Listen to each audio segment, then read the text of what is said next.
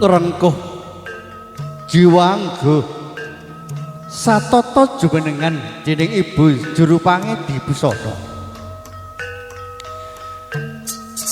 netepi darmaning asepuh netepi darmaning agesang lamun to Sriat Mojo temanten sekalian jumbuh gambuh kembar budi kembar tresno kembar asih saronton dayane sentosaning driya wonten ing sasana pinajang agung wis manunggal sedya manunggal karep kinarya nyawiji lair lan batin dayane wonten ing sasana pagelaran agung tumunten ari nengko pambojo krama dhateng Ibu Juru Pangedi Busana ngregane Wisma Agung kinarya nyawiji kembar bibit kembar bebet kembar boboting katresnan lestari handayani wonten ing sasana agung wismanipun Bapak Mulyana sekalian Ibu pambukaning pangging sangat mojo temanten sekalian werdine galih badhe angadani titi laksana upacara tampi gunakaya kinarya harjaning Kang Putra daya-daya maraksawan ngabiyantara wonten ngasanipun Bapak Mulyana dalah Ibu Suartini samengko namung keparengkinen hanitepaken hasil pakaryanipun nyawiji dhateng Rama Ibu satemah kasimpen wonten papan kang permati datang keprebel datang tiang sanes hayu hayu satuhu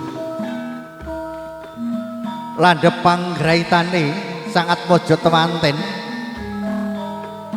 tumuli handayani wonten ing sasana pagelaran agung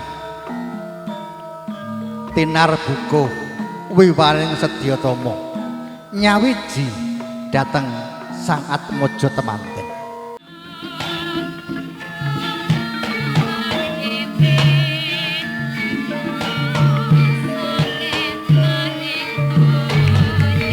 sangya para tamu ingkang tuminulya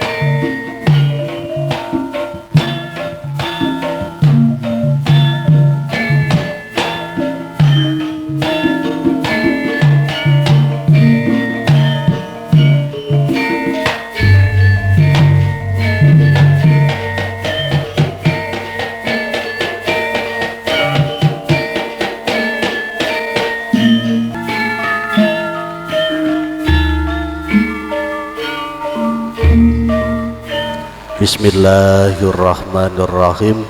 Wa min ayatihi an khalaqalakum min anfusikum azwajan litaskunu ilaiha wa ja'ala bainakum mawaddatan wa rahmah inna fi dzalika laayatin liqaumin yatafakkarun. Al-ayah. Shadaqallahul azim. Amma ba'du. Qadatul kurama wal fudhala para alim para kiai sepuh sepuh dumateng para hadirin wal hadirat langkung utaminipun dumateng sahibul hajah Bapak Mulyono Sarimbit garwa dalah sedaya keluarga ingkang tansah kita hormati. Marilah kita bersama-sama panjatkan puji syukur kehadirat Allah dengan bacaan alhamdulillah alhamdulillahirabbil alamin. Allahumma shalli ala sayyidina Muhammad wa ala ali sayyidina Muhammad. Dumateng para bapak, para ibu ing ngriki kawula minangka telah ngatur saking Bapak Haji Budi Harjo sekalian sekeluarga ngaturaken salam takdim. Mugi-mugi kanthi niat silaturahmi menika akhiripun bebesananipun Bapak Haji Budi Harjo saha Bapak Mulyono tansah dipun reksa dening Allah Subhanahu wa taala sehingga bebesanan menika dadosa keberkahan, kemaslahatan, kemanfaatan langkung ngotanipun inggih menika Mas Chandra Kurniawan Ba'ulya Zulfa agenipun mengarungi bahtera rumah tangga yang baru diberikan Allah Subhanahu wa taala kemudahan dan kelancaran, dijadikan keluarga ingkang sakinah mawaddah warahmah fid dunya hatta ilal akhirah, dan kemudian cepat-cepat diberikan duriah atau anak yang soleh dan solehah, amin amin ya rabbal alamin. Samenika Bapak Haji Budi Harjo sekalian sekeluarga sarombanganipun hamasraken uga rampe. Kula nyuwun nggih menika bebetan utawa uga rampe nika ditampi kanthi asta kekalih lilaning manah nggih. Sedaya kelawuhan namung niatipun Bapak Haji Budi Harjo sekalian sekeluarga namung nyuwun ngersanipun Allah Subhanahu wa taala. Muga-muga sedekahipun panjenenganipun Bapak Budi Harjo kagem panjenenganipun Bapak Mulyono sekalian sekeluarga dados sedotapul bala tolak bala, amin ya rabbal alamin. Cekap semanten anggen kala makili matur saking panjenenganipun Bapak Haji Budi Harjo sakeluarga bila taufiq wal hidayah waridho wal inayah.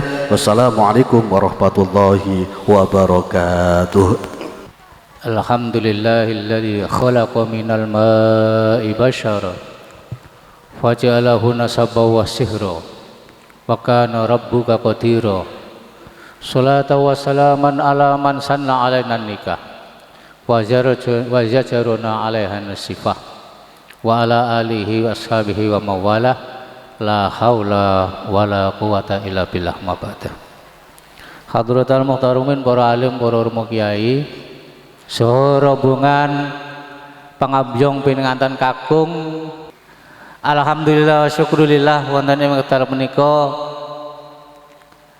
kawula saged pinanggih malih dhateng panjenengan sami. Kawula atas nama Bapak Mulyono sekalian nampi dumateng sedaya para tamu, para pangambyong, kawula aturaken marhaban ahlan wa sahlan bi hudurikum, sugeng pinarak, sugeng lega. Selajeng ugi kawula nampi punapa ingkang dipun asta, punapa kemawon sedaya ingkang dipun asta kawula aturaken matur nuwun sanget. Mugi-mugi Allah maringi balesan ingkang langkung kathah, ingkang langkung agung nggih. Selajeng ingkang istimewa malih kawula nampi anak kula lanang Chandra wis tak tampa plek teplek ndak ndelok dedeg piadeke pun wah wis genah iki. Sangat siap sekali, siap lahir, siap batin. Beja-bejane wong lanang nek iso entuk bojo sing salehah. Mergo apa? Donya niki ad-dunya mata. Donya iki wong kesenengan. Kabeh donya iki wong kesenengan. Apa ae yo, rak motor, mobil, sepur, pesawat, nggih. Omah sing apik, omah tingkat, kabeh niku namung kesenengan. Lah, gunane apa dadi wong wedok kok iso salihah kuwi? Mergo nek wong wedok salihah iku iso tu'inu ala akhiratihi, iso nulung, iso bantu dateng garwane tentang urusan akhirate. Jadi urusan akhirat pun nggih, nek wong wedok salihah niku iso bantu. maune Mas Chandra mungkin ape salat ora ana sing ngelekke kebablasan. Niki nek wong wedok salihah niki insyaallah saged bantu kelestariane kakunge wong lanang nek wong wedok salihah masyaallah. Lan kapan dingeti karo garwane ndadekake nyenengake. Tur sing terakhir nek sing lanang sing kakung kok mboten ten dalem sing putri utawi garwane iso njaga awake lan njaga keluargane. Nikulah prinsip wong wedok salihah. Nggih, kangge penutup kawula ugi kawula wau sampun ingkang kakung dipun pasrahaken ten keluarga mriki, kula nggih masrahaken ten keluarga mrika. Nggih, Pak Kaji, Bu Kaji, mboten sah ewo-ewo niki wis putrane piyambak mawon. Nggih, bismillahirrahmanirrahim. Allahumma shalli ala sayyidina Muhammad sayyidil awwalin wal akhirin wa sallam ala kulli sahabat rasul ajmain. Allahumma ya Allah alif bainahuma kama alafta sayyidina Adam al Hawa wa alif bainahuma kama alafta sayyidina Muhammad sallallahu alaihi wasallam Khadijah al Kubra wa alafta kama sayyidina Yusuf al Zulaikha. Allahumma ya Allah rabbana hab lana min azwajina wa dhurriyyatina qurrata a'yun waj'alna lil muttaqina imama waj'alna lil muttaqina imama waj'alna lil muttaqina imama. Allahumma arzuq lahum walana rizqan halalan mubarakan wasi'an bi rahmati arhamin wa auladan sulaha alladzina jahaduna fi sabilika ya arhamar rahimin. Wa sallallahu alaihi wasallam Muhammad wa ala alihi wasallam. Subhana rabbika rabbil izzati amma yasifun wa salamun alal mursalin walhamdulillahi rabbil alamin. Bi asraril Fatihah. Katur dateng Ibu, Bapak monggo sugeng hampir sani beksan karon sih.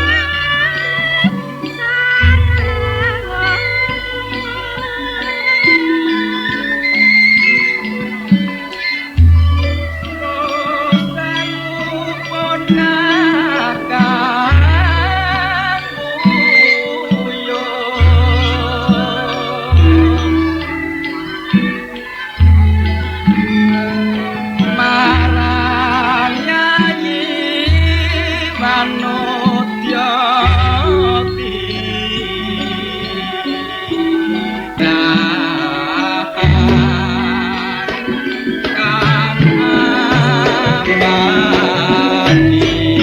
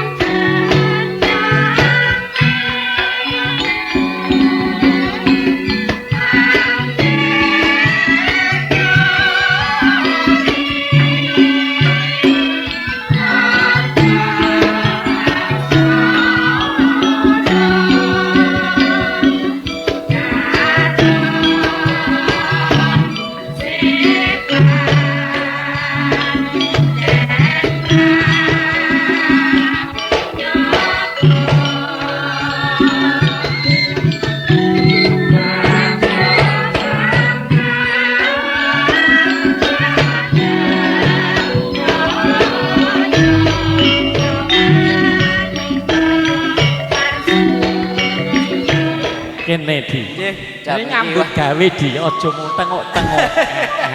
Ah niku lak wis ana jatahe dhewe-dhewe tekan niku.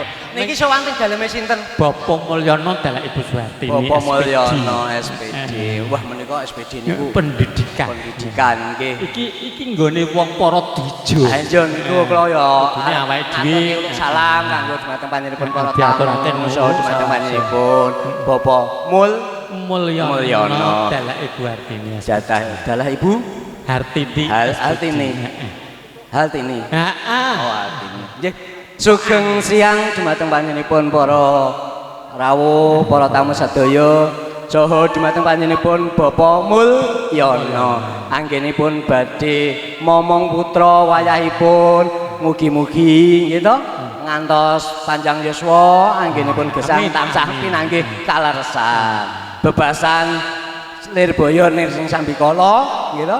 Sengkolane entek ketamrek kendang kentir sirna Saka bumi Nusantara dadi kanggo awake dhewe kabeh sing teko kene termasuk sak Indonesia. Sak Indonesia sanggo iso Iki sedoyonipun ana corona. Iki ana corona iki awake dhewe melu elek-elek nganggo masker. Protokol kesehatan. Oh protokol. Nggih, di masa pandemi niki nggih Sing apik pandemi. Lah kula kulino ndekemi dadi Sing rawuh para drijo sak Oh kabupaten berarti Demak. oke, klintu ya Kang ya. Wah, kleru. Oh, nak masa-masa pandemi menika justru pekerjaan seorang guru niku lebih berat. Niku sampun kabukti nih kok, gitu. Ten gene sekolahan gitu. Niku memang boten wonten murid ingkang langsung tatap muka. Nanging menika kan masa-masanipun Ngomongmu kleru. lha pripun? Aja tatap muka sing durung ditatapi sapa? Dongake sang pinangantan kekalih mugi anggenipun Lelumban. badhe mbangun braya lelumban masdane bebrayaan Gung. Mugi enggal pikantuk pituasing patembayatan. Momong putra kanthi prajanjen brayat rinancang. Nak ndek anak loro wae aja akeh-akeh ngoten lho. Duh wong ayu pepujan ning ati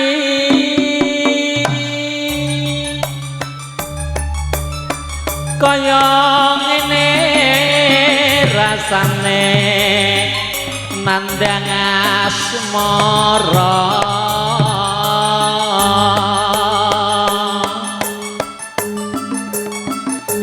apa ta awakku dhewe welas ana mring wak mamune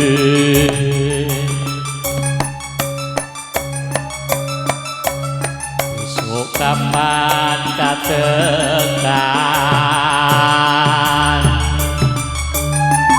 jejer lan wong ayu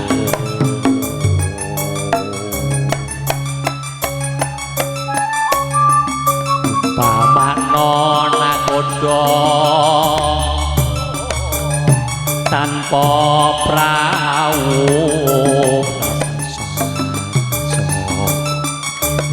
Petri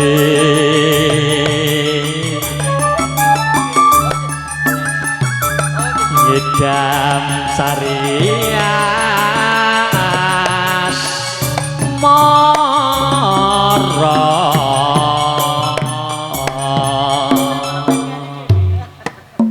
upama sliramu sekar melati aku kumbangi Damsari upama sliramu mardi wong maneh aku kang bakal liwati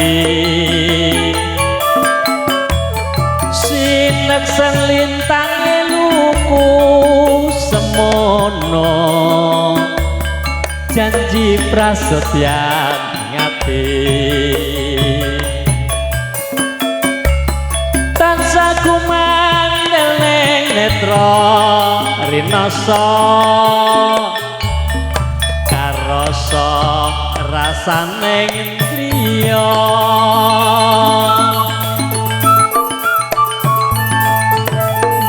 rasa jagat raya kaling ana ukir lan samudra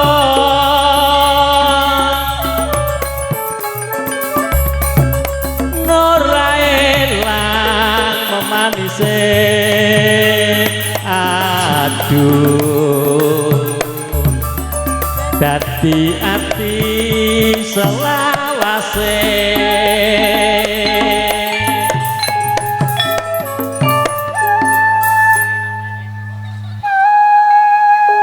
Petro nalikane roe dalu atiku lam-lamen sira ayu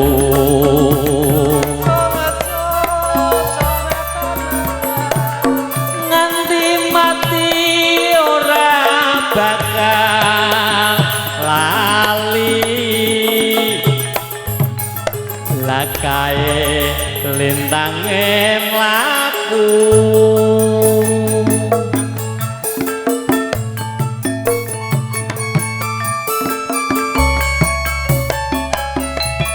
Sagung Mara Lenggah ingkang satu kematan sugeng rawuh sugeng lenggahan sugeng rahapi pasugata yang sampun dipun sediaken kalian Bapak Mulyana dalah Ibu sinambi panjenengan laras sampun sari mulya laras ingkang nuju saking mongkon sayung depak ditara upama sliramu sekar melati aku kumbangi damsari upama sliramu margi wong maneh aku kang bakal niwati sineksen lintange luku semono janji prasetyan ngati tansah kumandheling netra rinasa karasa rasaning iya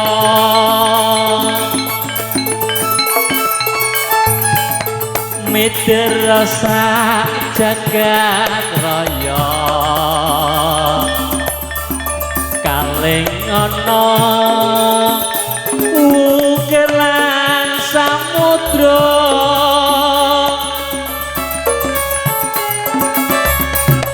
norae lan memanise aduh dadi ati selawase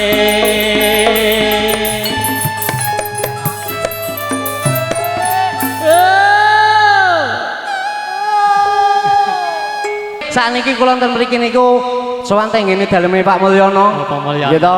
Beliaunya niku seorang guru. Nggih mboten. Nah, sedanten para rawuh nika para dwija-dwija ingkang minulya nggih to, ingkang mituhu nggih to. Lah, kula kok mboten katut nggih to. Segala niku lak panjenengan kiambak niku lak nggih. Nglajengaken ingkang panyuwun menawi wonten nika wonten pamundutan kana dinajal.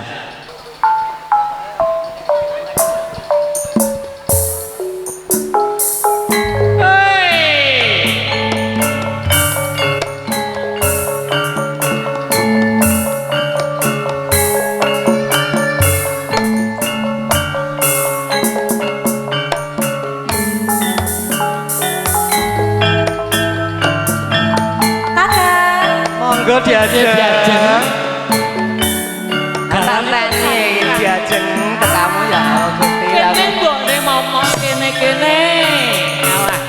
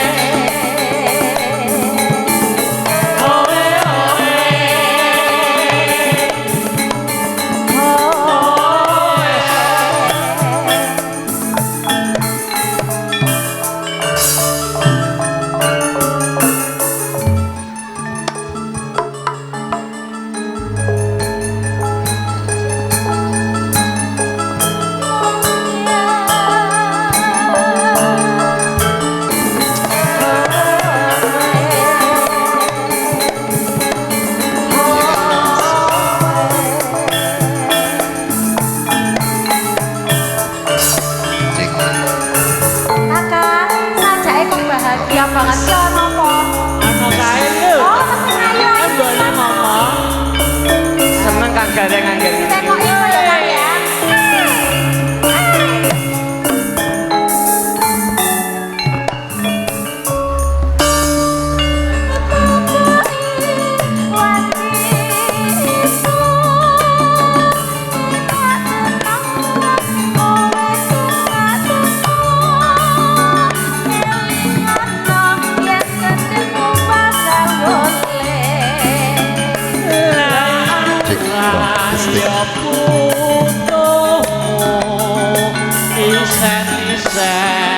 Jroning pamor. Lah dikandani kok malah ngono. Lah yo isen-isen jroning pamor nak tanggung jawabmu to mbok ning ngomong. Ya saka wong lanang kudu mari. Ya sesuk tak Ya, aku tanggung baru jawab sampe ya. durung oleh pangaryane.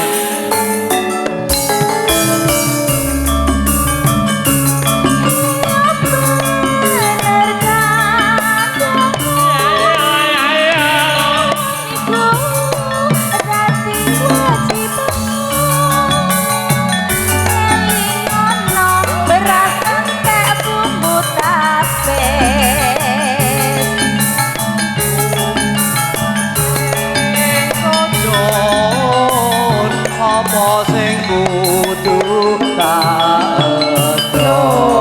Apa-apa kok didol ki karepe piye? Kang Gareng, Kang Petro, aja didoli kabeh to, kok didol-dol wae. Iya diajeng ngene.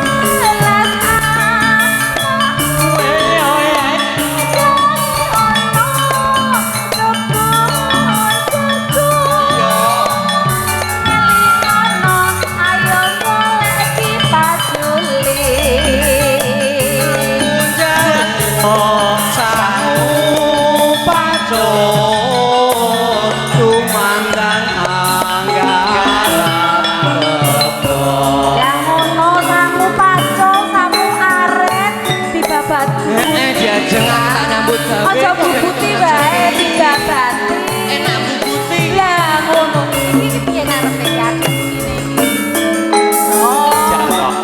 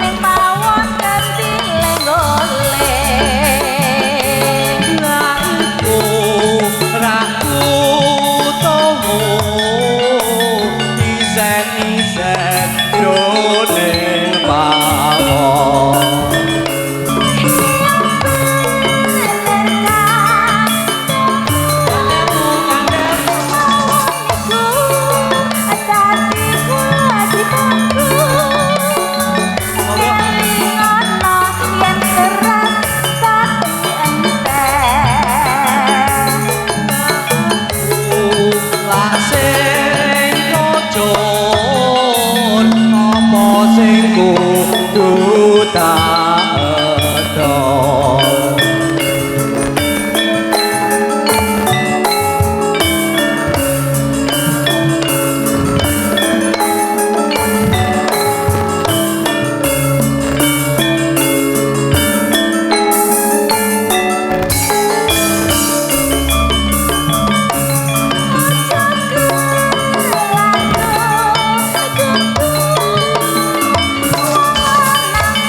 you.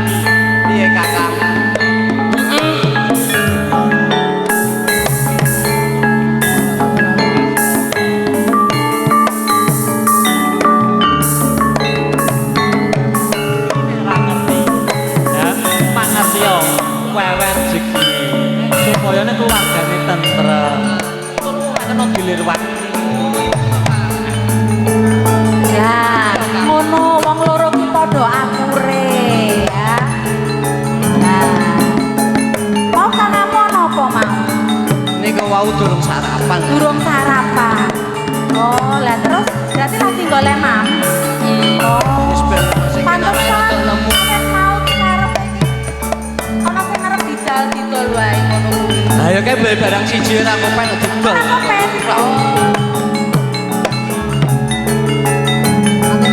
Neng kene Kang.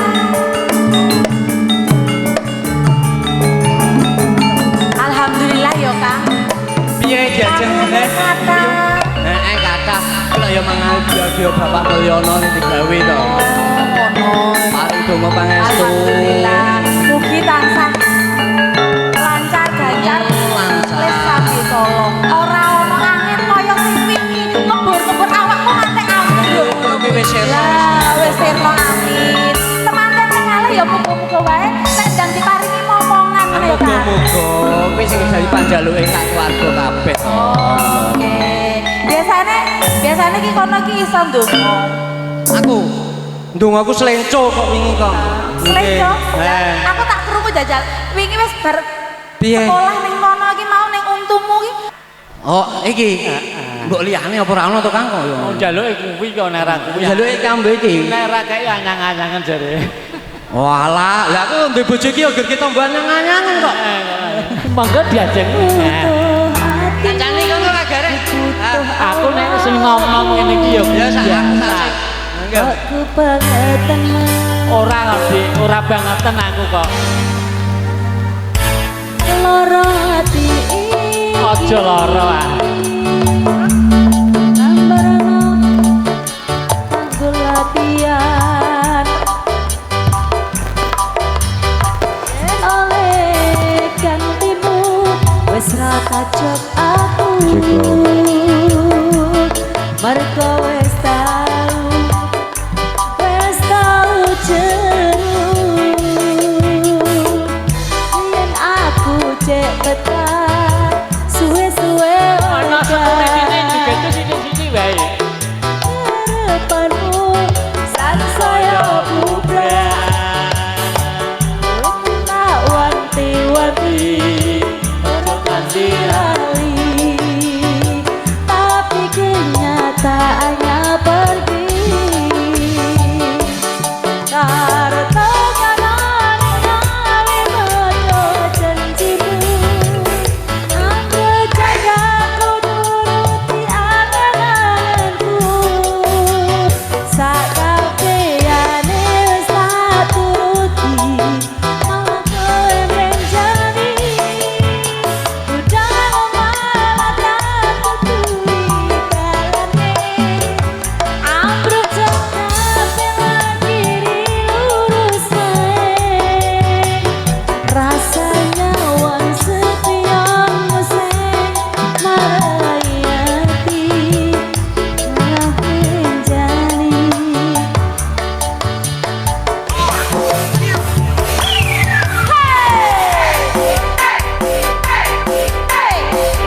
Mulyo Laras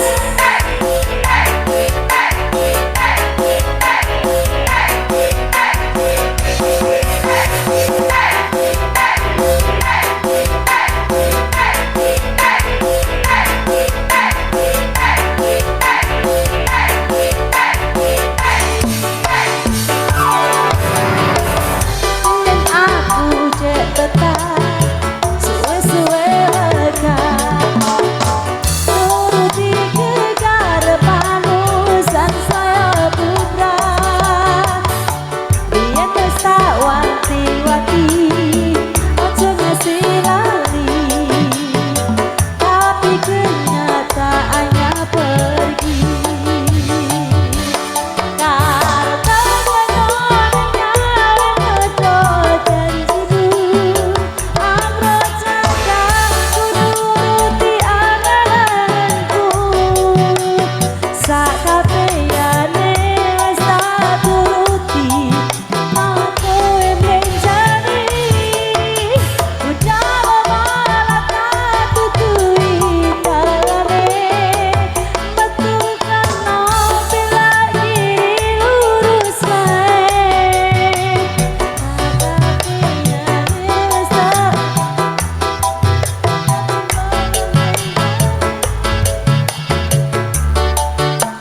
marake ati mas aje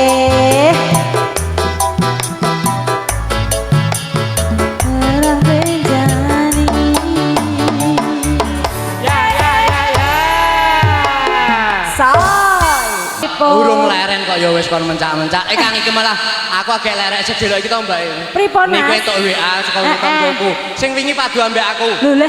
Lah malah culika to. Ngicim. Kok delok kowe truk, engko nak mati tak uyoi ya. Lah jenenge wong wedok ngarep nguyoi kuburanku. Lah mesti nek wong wedok lah ya cincin ambek arep ndodok kan. Lah tak incip to. Delok kowe engko nak nguyoi kuburanku tak jambak. Apane? Jarike. Oh. Tak kira. Lah apa yo ngarep nguyoi sempat-sempate arep nyukur barang. Aku nek amplop yo mone nek isine akeh Pak. Padha wae.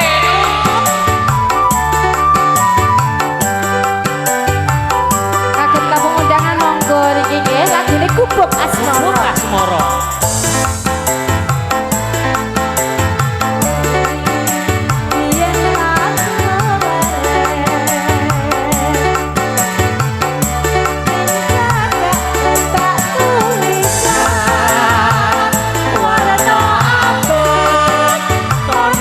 Isih prawan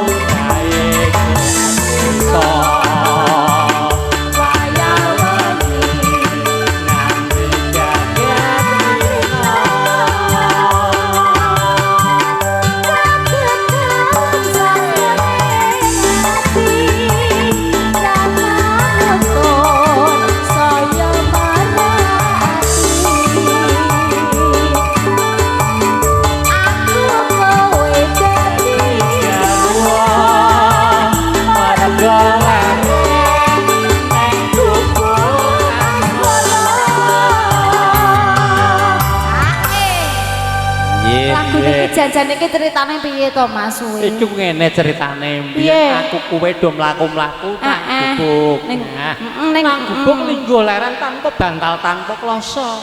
Nah, menika wonten pangurusan buah dados. Saringan campur sari mulya laras. Oi!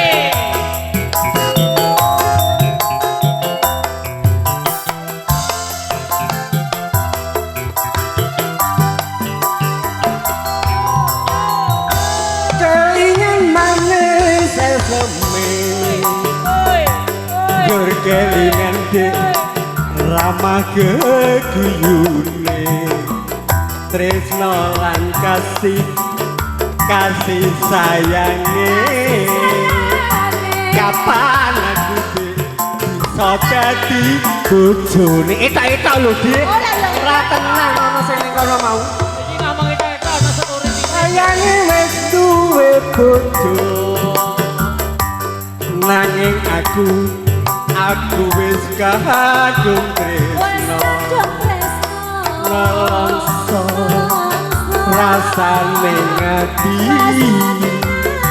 kapan aku dek bisa melu duweni itu ora Oh, sare Bu Em. Monggo mulya laras.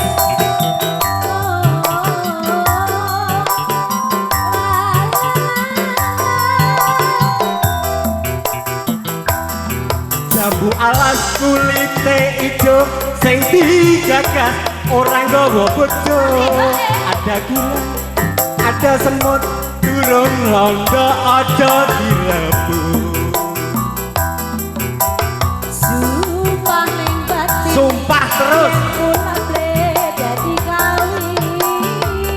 Dekate ati ora bakal ganti. boyo golek ganti wong gantine buri yo akeh lho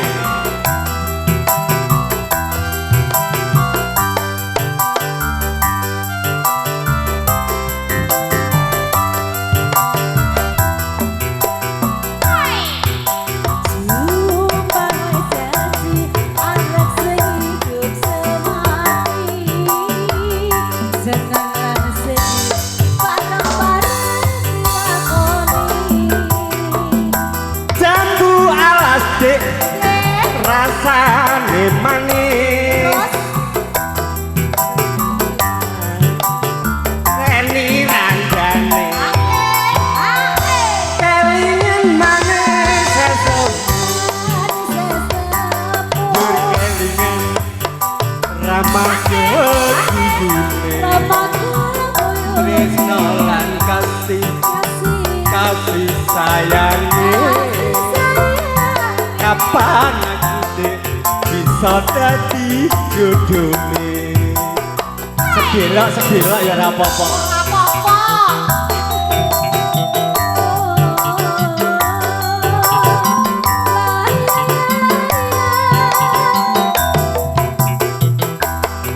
jambu alas kulite ijo sing digagas wis duwe bojo ada gula ada semut durung rondo aja direbut Sumpah ning hati yen ora dadi kawin. Dekate ati ora bakal urung ganti. Jono tak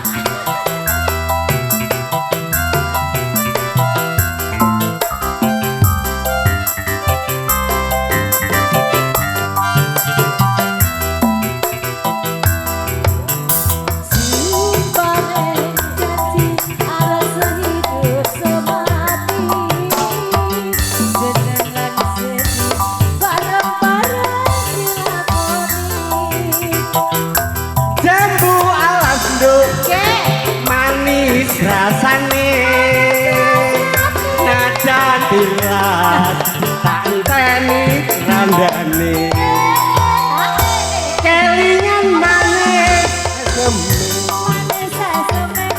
dur kelingan ramah geguyune tresno lan kasih sayang